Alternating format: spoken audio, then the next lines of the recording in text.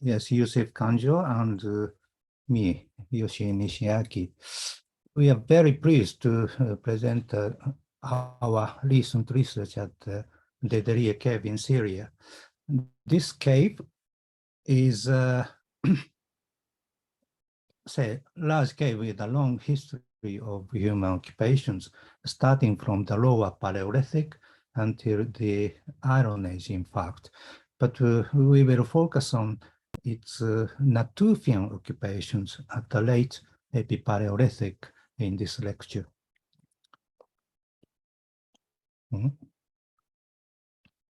Okay. I will make a brief introduction to the location of this cave and the research history of Dederiyeh. This cave is situated about 60 kilometers north of Aleppo, and it is located in the Mediterranean woodland in the northern Levant, actually at the northern end of the Levant. And its latitude is about 650 meters, facing down to the northern edge of the Rift Valley. Okay. So this cave was discovered in 1987 by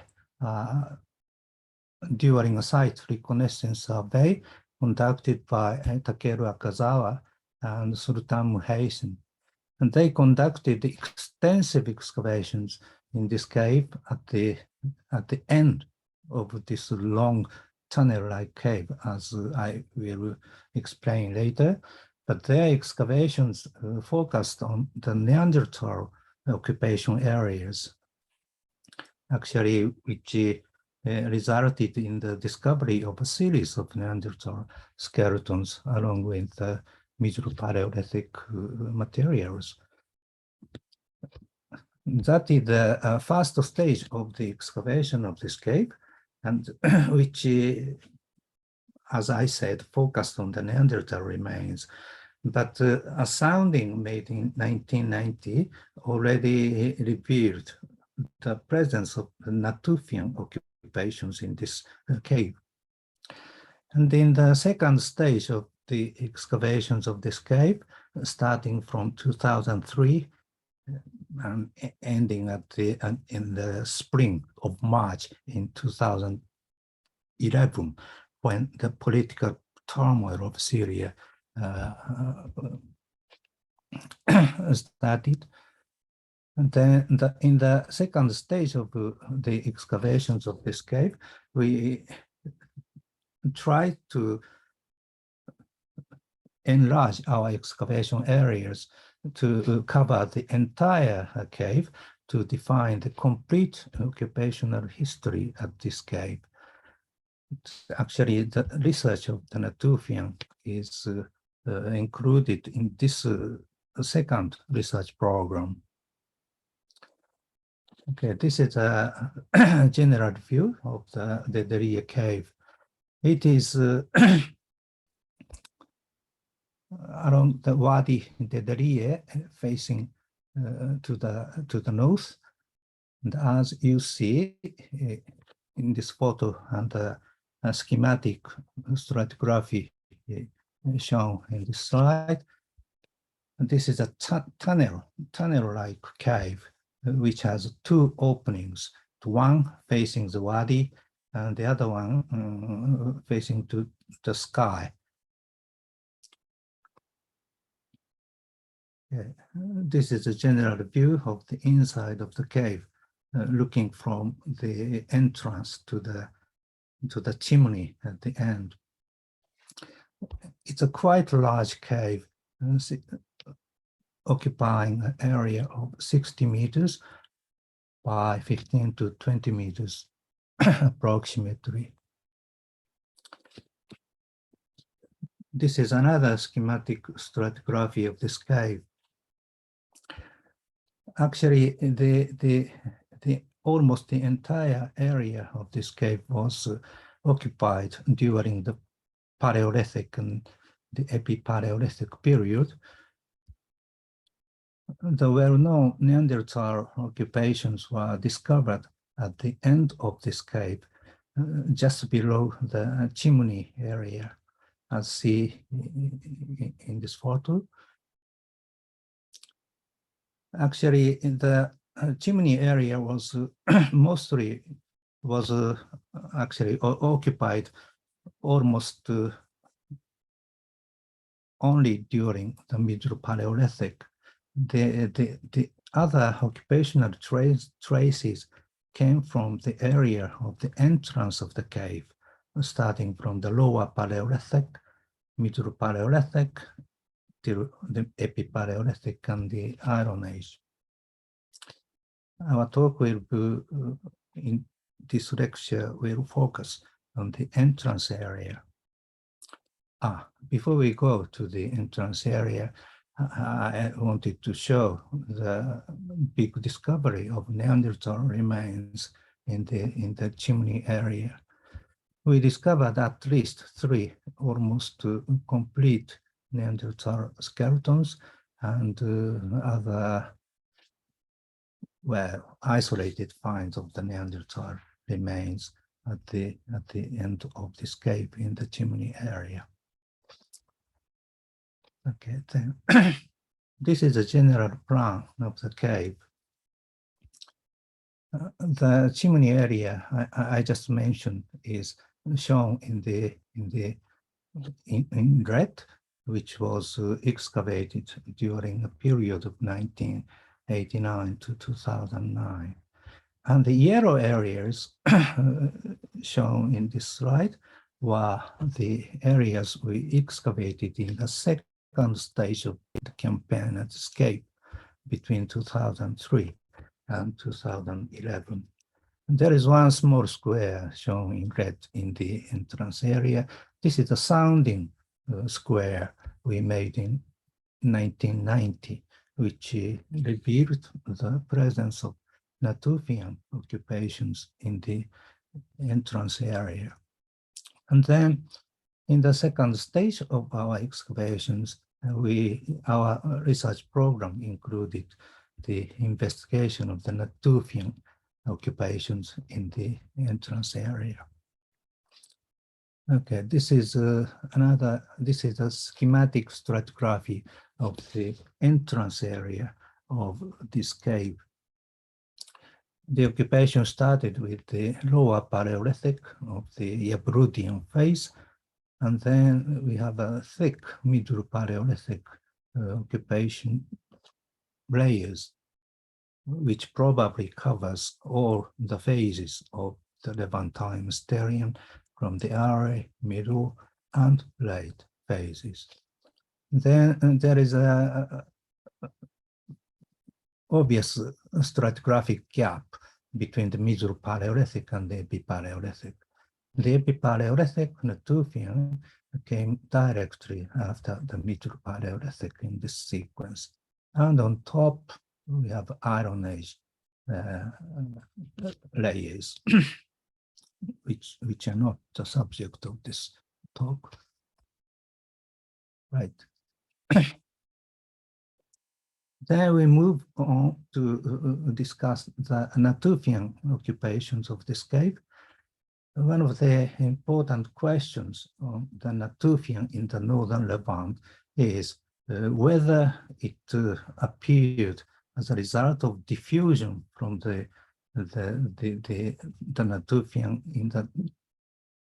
from the south to the north, or the Natufian phenomena in the north was a local phenomenon.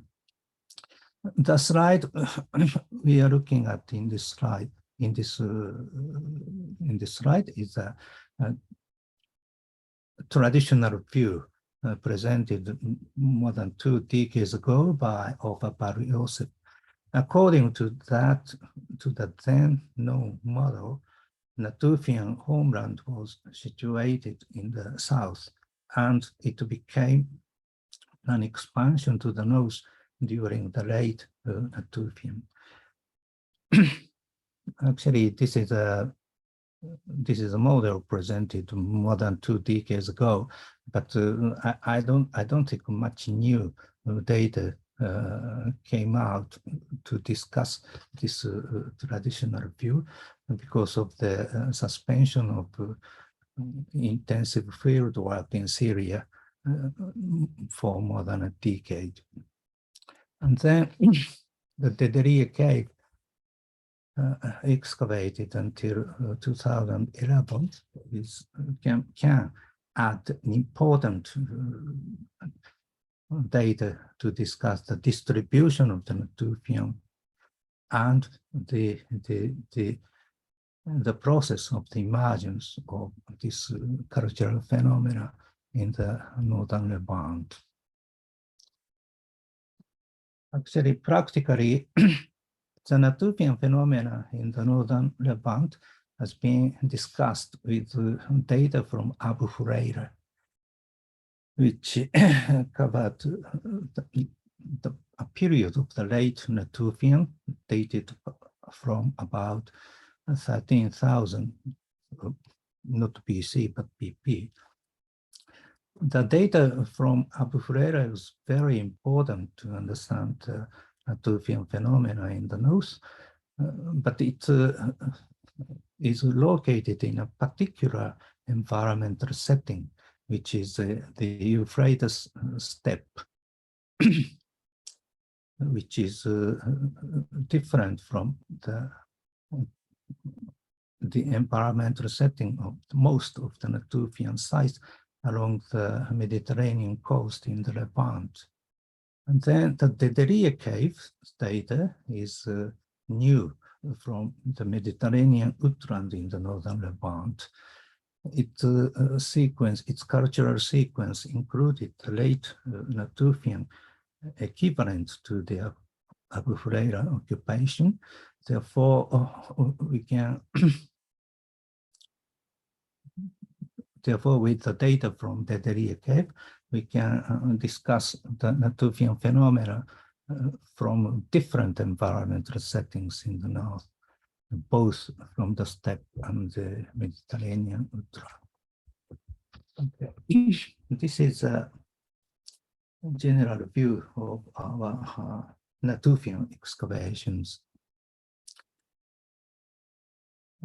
at the entrance of this cave.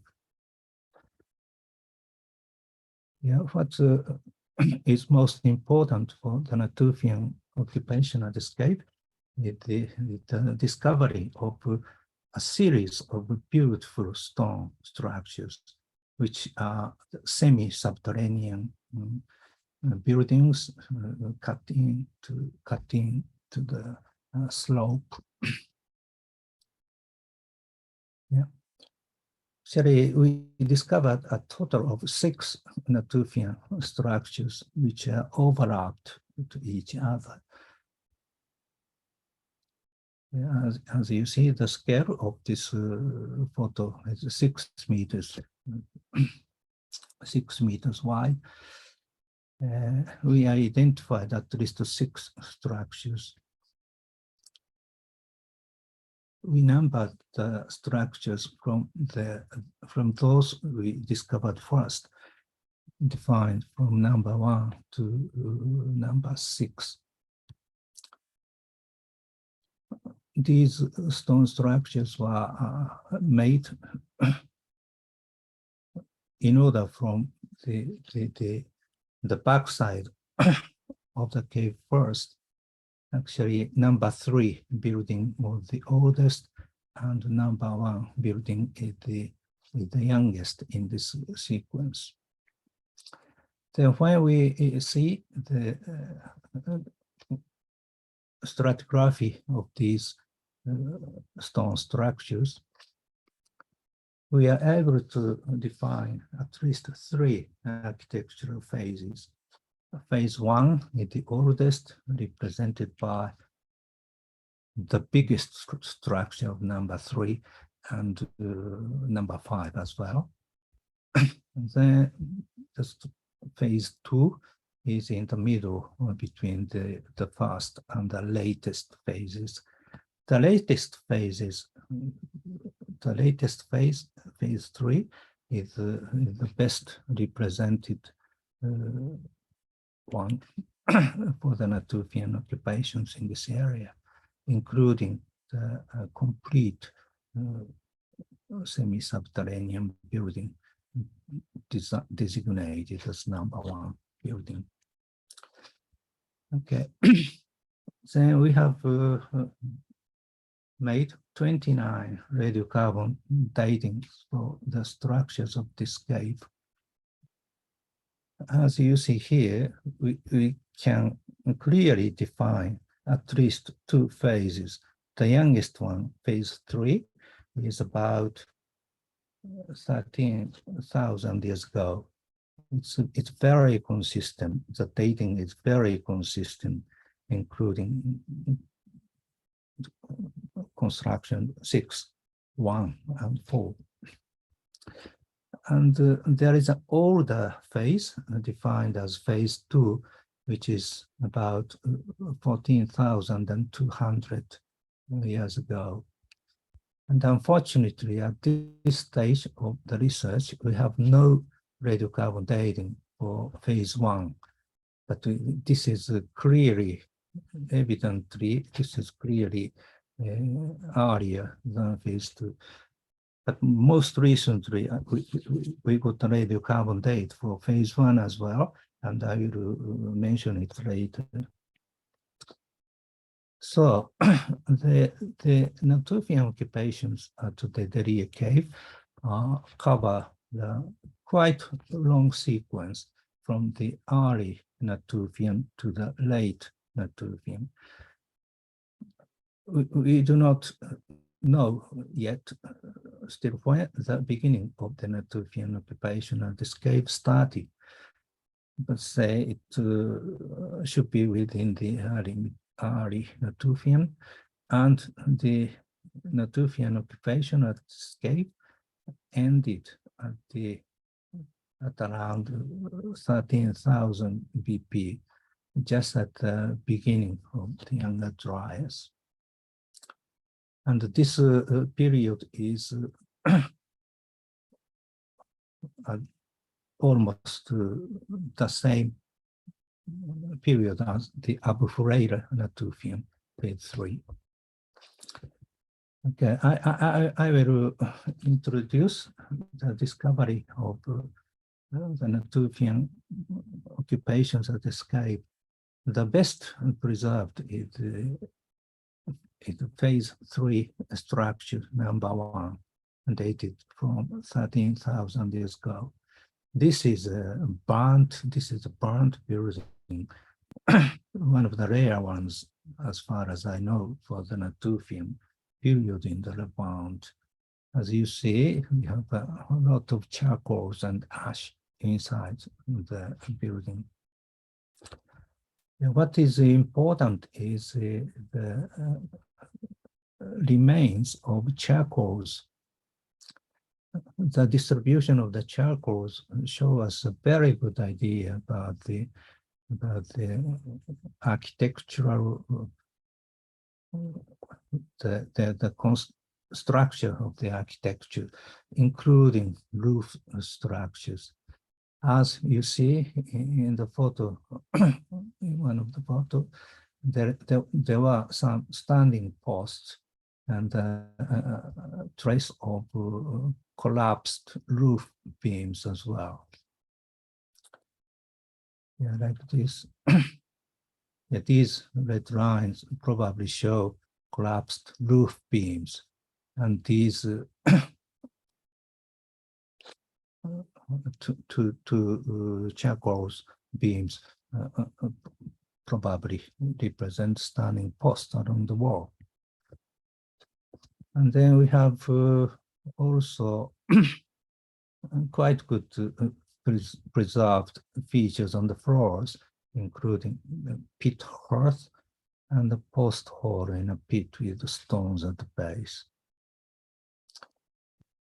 Okay, so this is a view of the structure 1 of the Natufian period at the Dederiyeh cave. We located the hearth in this part, and the entrance at this part facing to the entrance of the cave. As, as you see here, there are a series of holes on the floors. Actually, we identified more than 20 or 30 small pits on the floor. And they help us to reconstruct the architecture itself. Yeah, as I said, there are plenty of holes on the floor, and we measured the depth and the diameter of those holes, and we identified a small group of post holes like this, about 20 centimeters deep and 20 centimeters in diameter at maximum. And there is another group of larger post holes, up to 45 centimeters in diameter. And I think these two groups of holes played an important role to support the roof. Their distributions are like this. There were big holes in front and smaller ones along the stone wall.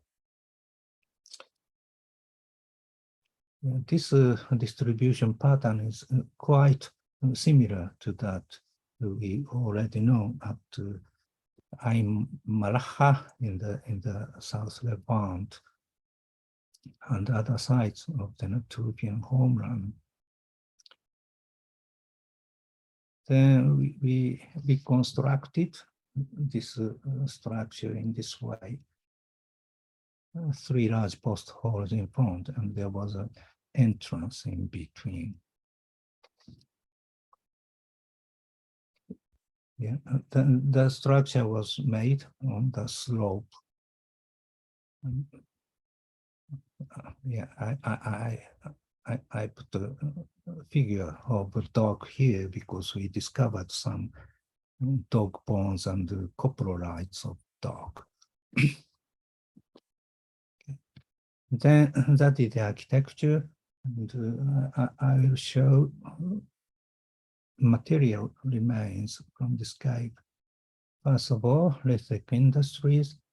That is the industry of the Dederiyeh cave is obviously based on blade and bladelet production.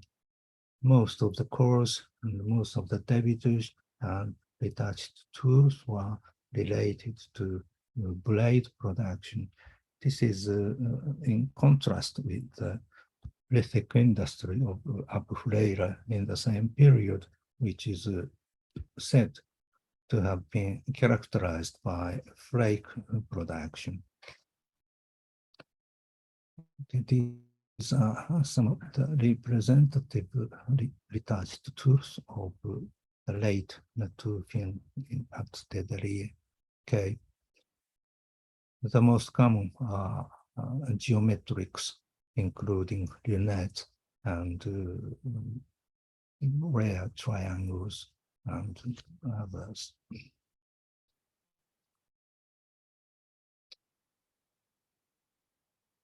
Yeah, one of the characteristic features of the Dederiyeh Natufian is the rare occurrence of decorative arts or art objects. This is one of the rare ones, which is bone handle for sickles, which has some lines in paint black.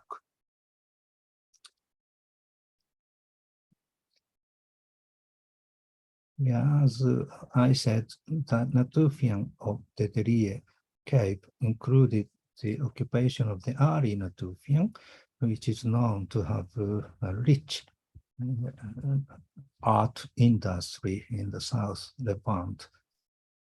But at the Dederiyeh cave, the art representation is very limited.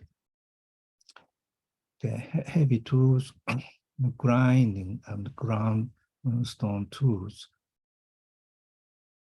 This sort of stone tools was not uncommon at this cave, but when compared with the ground stones of the Southern Levant, we note the absence of deep mortars made of stone.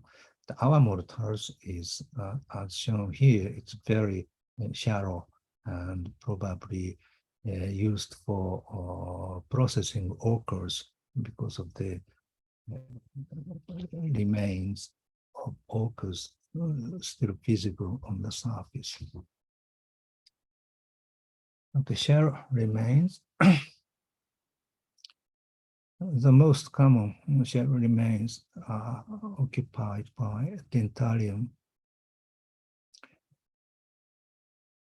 And as far as we understand, most of them came from the Mediterranean Sea, not too far from the cave, about 80 kilometers to the west. But interestingly, we have dentarium from the Red Sea as well, as shown in red circles here, which came from more than 800 kilometers from the south. We also have freshwater shells, but they are rare.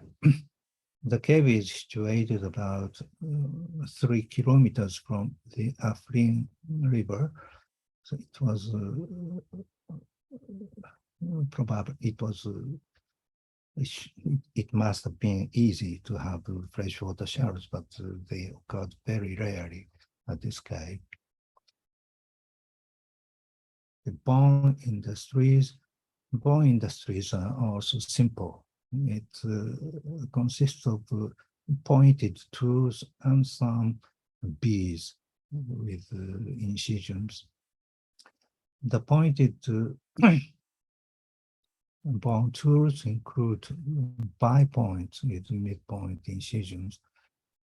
They have tiny incisions at the mid of the shaft, which they are probably used for, I don't know actually, but for fish hooks or hooks for clothes. We also discovered the human bone from these bronze structures, which is a mandible fragment of a young boy. We did not find any associated structures to bury this mandible fragment, but it was discovered along the stone wall together with other daily use tools, including sickle pliers and other stone tools. Okay, animal remains. As expected from the environmental setting of this cave, most of the animal bones were occupied by woodland species. And there are rare gazelle specimens.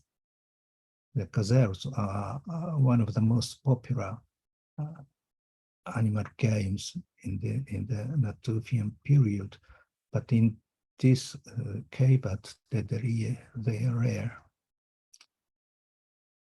And another thing we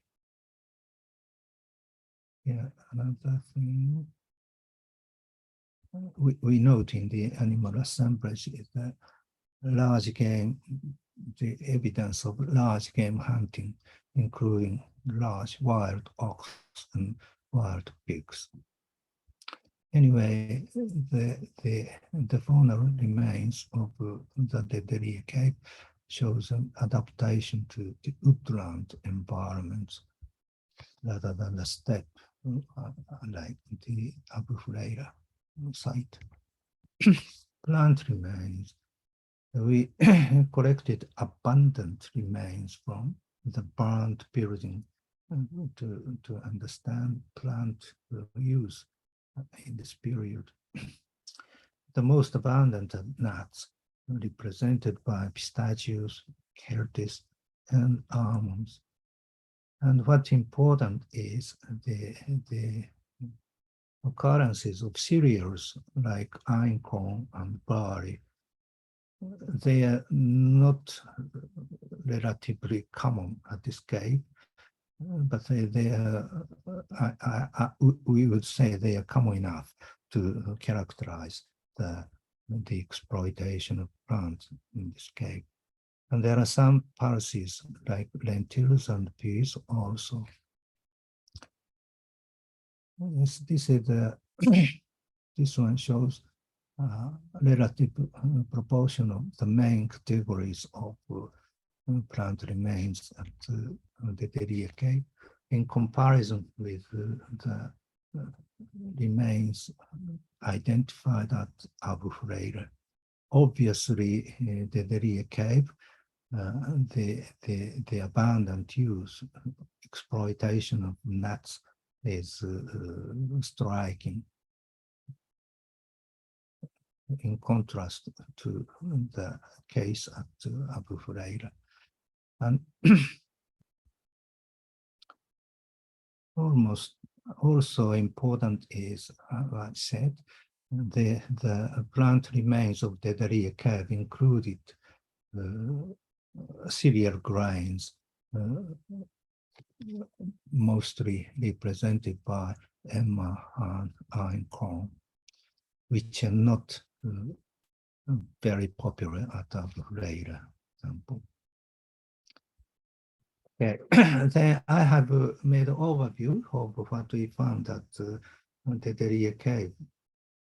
Then what is important is we have both early and late phases of the Natufian. When I mentioned radiocarbon dates for the sequence of this cave, I said there was no radiocarbon dating for the oldest phase, phase 1, but only recently we got one radiocarbon date, which is shown here. It's about, say, between 12,000 and 12,500 BC.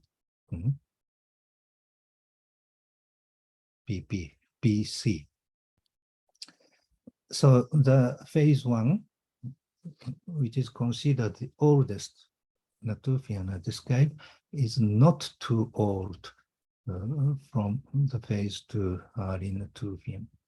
But anyway, these radiocarbon dates demonstrates there was an occupation of early Natufian in this cave.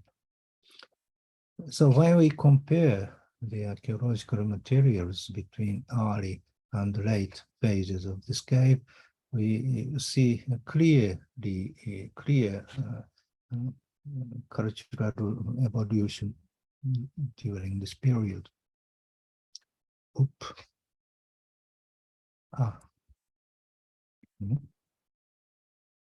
Yeah, for example, as I said,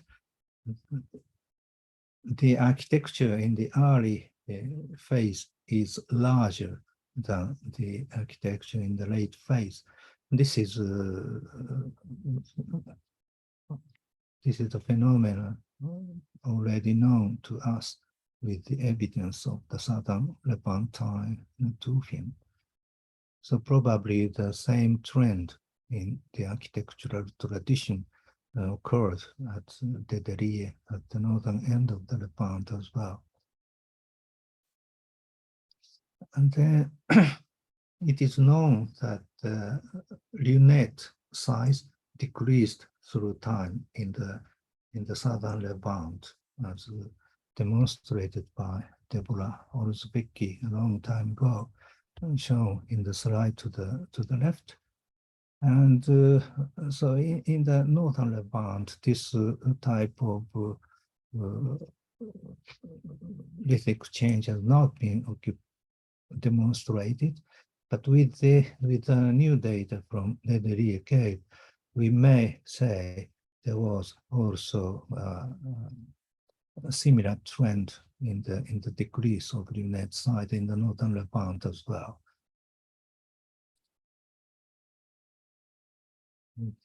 Yeah. And also, it is known that frequency of L1 retouch decreased from the early to the late to the final Natufian in the South Levant. And also, there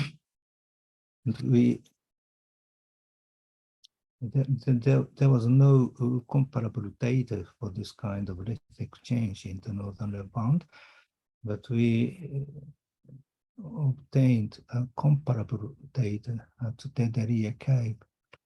As you see here, in the early phase, the L1 retouch was more common, and then it sharply decreased through time to the late Natufian. And probably the same trend occurred in the south and the north Levant.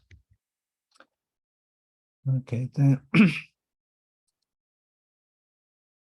Yeah, okay, we came back to the first slide.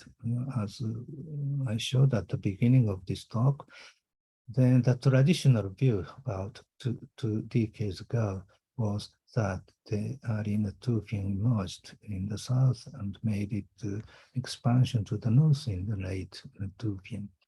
That this picture should be revised with the new data. Then the new data is not so not so rich actually, but yeah. And the Dederiyeh cave data is one of the most important addition to the Natufian phenomena in the north, which we believe started in the early Natufian. Therefore, the Natufian phenomena in the north cannot be explained entirely from a diffusion model from the south. But I said there was the early Natufian in the north at the Dederiyeh cave, but it was not entirely the same as the Natufian in the south. Like, for example, the Dentarian views in the South Natufian during the early phase, in particular, the Dentarian views are cut quite long, as seen, as we see in the photo. But the Dentarian views at the Dederiyeh cave were always quite short from the beginning in the early Natufian, and the size did not change from the early to the late Natufian.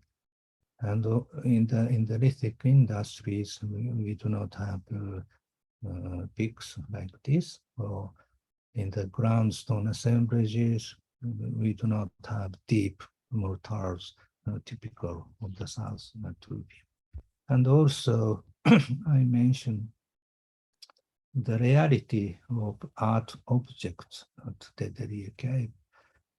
We do not have such a range of beautiful art objects, as you know, in the south.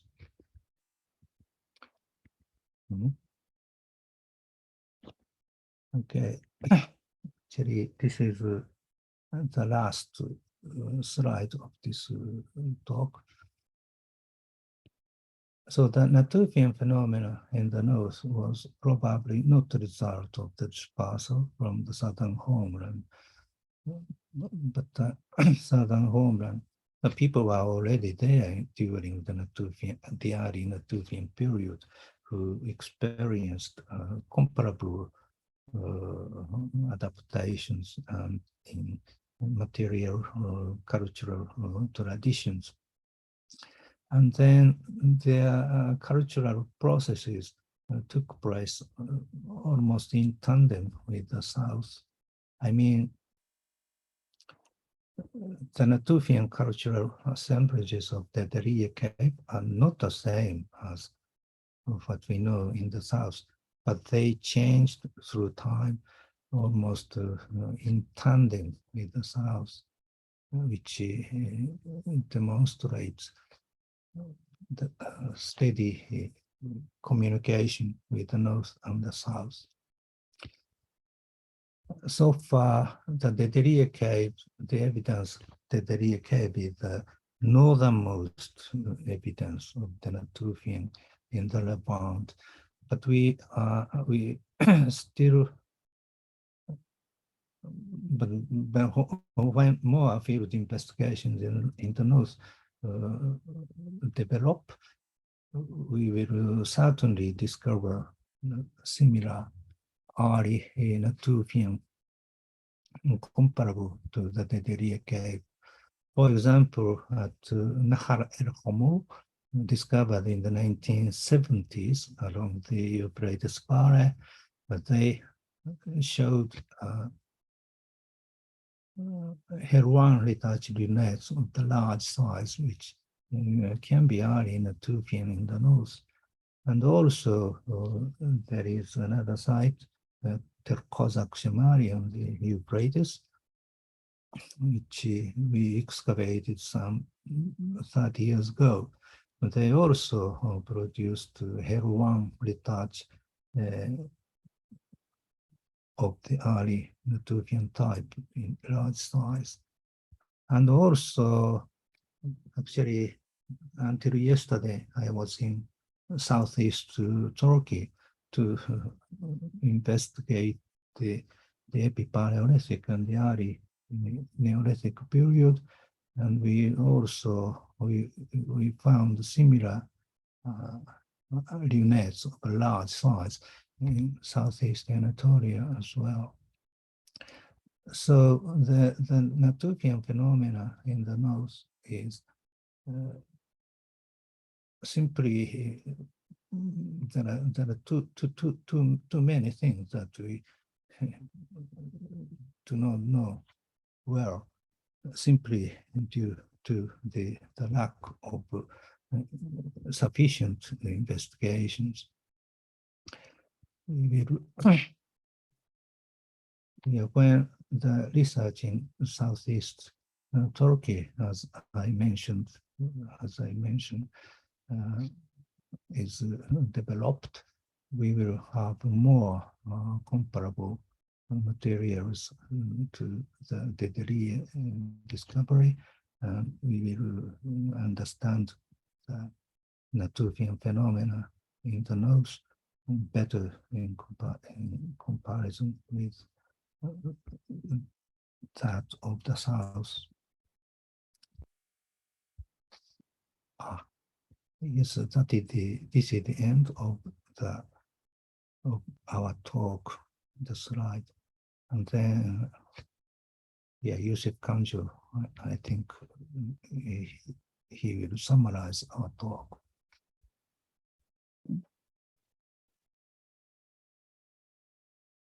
Thank you. Thank you very much, Professor Nishiaki, and thank you for all. I will speak in Arabic, but I prefer to speak about the slide. I will not repeat all the slides, but just a few slides to explain very well. أوكي، الآن أنا أتحدث في اللغة العربية عن موقع الديدرية في الفترة النطوفية. طبعا كهف الديدرية مشهور جدا بسبب اكتشاف الهياكل العظمية للأطفال النياندرتال. تم اكتشاف 3 أطفال في هذا الكهف، لكن اليوم المحاضرة هي حول المكتشفات في الفترة النطوفية. طبعا أعتقد هذه المرة الأولى التي يكون هناك محاضرة باللغة العربية عن الثقافة النطوفية في كهف الديدرية. الكهف واضح جدا، هو يشرف على أحد الوديان، والوصول إليه ليس بالأمر السهل. هذا هو كهف الديدرية. كهف الديدرية هو كما ذكر البروفيسور نشياكي عبارة عن نفق، يعني كهف كبير جدا مائل بالدرجة الأولى، ليس سهلا السكن فيه. طبعا هو بعمق حوالي 60 متر، بعرض حوالي وارتفاع حوالي 20 إلى 15 متر. نلاحظ في هذه الصورة كيف تم الفترات التاريخية أين كانت وفي أي جزء. يقسم الكهف بشكل عام إلى 3 أقسام: القسم الخلفي، القسم الأوسط، والقسم الأمامي أو المدخل من كهف الديدرية. طبعا التنقيبات بشكل رئيسي جرت في القسم الخلفي، وحديثا بدأت التنقيبات في القسم الأمامي، وفي القسم الأمامي فقط كان هناك الثقافة النطوفية أو المنشآت النطوفية التي تحدث عنها البروفيسور نشياكي. هذه مخطط للكهف. طبعا كما ذكرت نحن يهمنا في هذه المحاضرة فقط هي التنقيبات التي جرت في مقدمة الكهف، وهي جرت ما بين عام 2003 إلى 2011. هذه الفترة التي عملت فيها أنا مع البعثة فقط. هنا في هذه هذا سلايد مهم جدا حتى نرى الفترات أو المراحل الكرونولوجية للكهف. في مقدمة الكهف نلاحظ أن هناك الميدل باليوليثيك، الثقافة المسورية، ولكن بعدها تأتي الفترة النطوفية أو الإبيباليوليثيك. هذه الفترة هي جاءت يعني مباشرة على الميدل باليوليثيك. طبعا لدينا فترة قصيرة من عصر الحديد. إذا هذا السلايد هو السؤال المهم الذي تحدث عنه البروفيسور نشياكي في كل المحاضرة. نحن نعلم أن الثقافة النطوفية مركزها في جنوب بلاد الشام، وخاصة المرحلة القديمة من الثقافة النطوفية، لكن في مرحلة ما النطوفية الحديثة انتشرت ووصلت إلى نهر الفرات. هذه النظرية السائدة كانت إذا الأصل في جنوب بلاد الشام وامتدت إلى نهر الفرات، لكن احنا الاكتشافات الحديثة هي في كهف الديدرية. كهف الديدرية خارج النطوفية القديمة، خارج المرحلة النطوفية الحديثة. إذا السؤال الذي يعني عملنا على الإجابة هو العلاقة مع الثقافة النطوفية في جنوب بلاد الشام. هل هي انتشرت من جنوب بلاد الشام ووصلت إلى الديدرية، أم هي ثقافة محلية ظهرت في كهف الديدرية؟ كان يعني كل المحاضرة يصب في هذا السؤال: ما هي العلاقة بين المكتشفات النطوفية في كهف الديدرية وفي جنوب بلاد الشام وفي منطقة الفرات بشكل خاص في موقع أبو هريرة؟ طبعا هنا في هذا السلايد هي موقع الديدرية، وهناك يعني أجزاء من أو بعض الثقافة النطوفية التي ظهرت في أبو هريرة. هذا هو الاكتشاف الرئيسي. كما ذكر البروفيسور نشياكي أن هناك منشآت معمارية يعني جميلة جدا، أقل ما يقال عنها. هي ظاهرة واضحة جدا، هي نصف تحت الأرض، مبنية من نصف تحت الأرض، مبنية من الحجارة الطبيعية، من الكتل الحجرية الصخرية الطبيعية. منظر آخر نلاحظ، لكن في هذا السلايد نلاحظ أن هناك ليست منشأة معمارية واحدة، وإنما هناك 6 منشآت معمارية، هي مرقمة من 1 إلى 6 حسب الاكتشاف وليس حسب القدم. طبعا بناء على المكتشفات المعمارية تم تقسيم الفترة النطوفية في كهف الديدرية إلى 3 مراحل: المرحلة الأولى، المرحلة الثانية، والمرحلة الثالثة. طبعا لدينا هناك كمية هائلة من عينات الكربون التي تم تحليلها في جامعة طوكيو، وأثبتت وجود 3 مرحلتين رئيسيتين على الأقل: المرحلة القديمة والمرحلة الحديثة. المرحلة القديمة من الثقافة النطوفية هو حوالي 14,000 سنة، والمرحلة الحديثة حوالي 13,000 سنة. طبعا هذا بناء على عينات تحليل كربون 14. كما ذكرنا بناء على تحليل المنشآت المعمارية لدينا ثلاث مراحل من الاستيطان. هذا الشكل يعني رائع جدا. وقت الاكتشاف المنشآت نلاحظ الأشياء بمحلها مثل ما كما تركت في الفترة النطوفية. نلاحظ أن المنشأة الأخيرة التي تم الاستيطان فيها موجود فيها الجدران وموجود فيها الخشب المحروق كما هو في تلك الفترة. طبعا لدينا دلائل على الأرضيات ولدينا دلائل على السقف اللي كان مصنوع منه، لأنه الخشب احترق وبقي في مكانه. نلاحظ في هذه السلايد ذكر البروفيسور نشياكي أنه لدينا عدة أماكن أماكن الأعمدة كانت واضحة جدا. تم ترتيب عنها واكتشاف عدد كبير منها، وهي كانت على نوعين من الأعمدة، نوع صغير إلى نوع حد ما، ونوع من أرضيات الأعمدة. أماكن الأعمدة هو نوع كبير. هذا الكلام يمكن هذه الأماكن الأعمدة الكبيرة، وهنا أماكن الأعمدة الصغيرة في هذا السلايد. وهذا شيء يعني أماكن الأعمدة ساعدت على أنه نعيد إنشاء ونعيد بناء المنشآت النطوفية كما كانت، أو نتصور إعادة بناء لتخيلها كما كانت. نلاحظ هنا صورة الكلب، لأنه وجدت العديد من عظام الكلب في ضمن المنشأة. طبعا هناك أشياء فنية كما هذا المنجل الصغير، هو منجل أو خنجر طبعا مزين، هي دليل على الأشياء الفنية الموجودة. طبعا العديد من الشيلز عثرت في المكان، وهي أتت من البحر الأبيض المتوسط، والبعض منها أتت من البحر الأحمر أيضا، وهو دليل على وجود التبادل مع الحضارة النطوفية. طبعا لدينا الصناعات العظمية المدببة.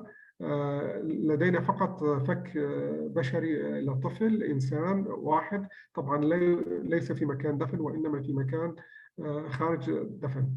طبعا كان أكثر شيء أكلوه في تلك الفترة من النباتات هي اللوزيات كالفستق بشكل رئيسي، لكن كان هناك قليل جدا يعني من الحبوب وبعض البقوليات.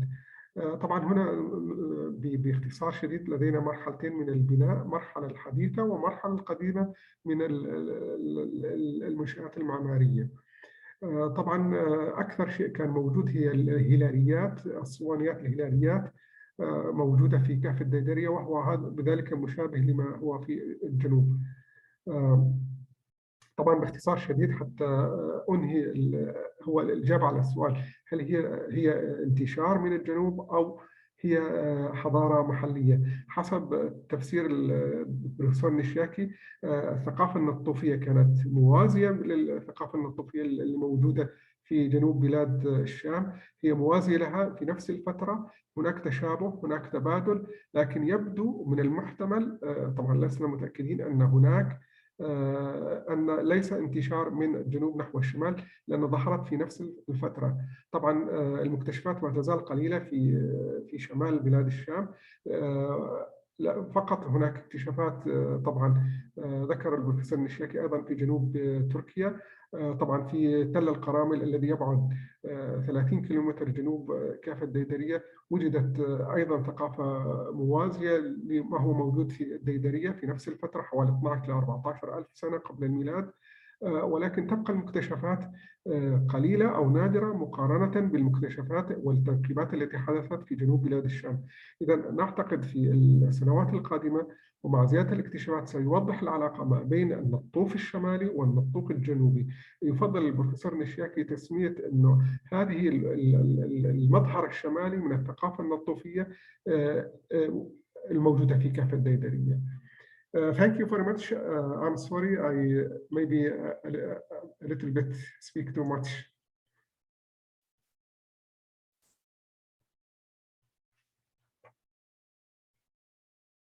Thank you. Thank you, Yousef, and thank you, Yoshi. Thank you all the participants in this lecture. We want to remind our next lecture, Artemis, next month. Next Please. lecture in September will be on the Italian region in Cyprus, and we'll send a round of invitations with the link with Anna Satrak. Sorry, can you all hear me? Yeah. Okay. Thank you all and see you next month. Thank you all. Thank you both. Domo. Okay. Thank you very much. Thank you, Professor Nishiaki. Thank you, Dr. Kanjou. All the best, both. Bye-bye. Thank you. Bye. Bye-bye.